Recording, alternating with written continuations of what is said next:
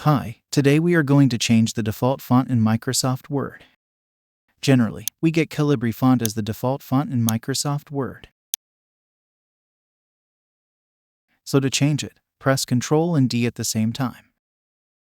It will bring fonts to you. Now simply choose any other fonts you like or you have installed in your computer. I have installed Lilly fonts in my PC. I really like this.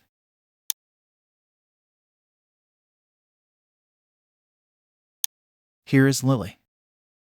You can also change the font style, but I want to keep it as regular.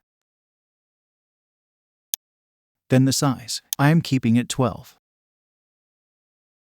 Finally, click on Set as Default and tick all documents.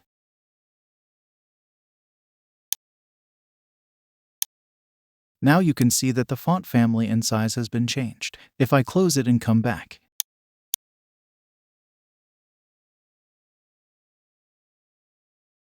the font is now Lilly by default, and also the size is 12. By this way you can simply change the default font in Microsoft Word. You can also change the font style and font size too as default. Hope you liked the video. Please be with us, like the video and subscribe to Joseph IT. Goodbye.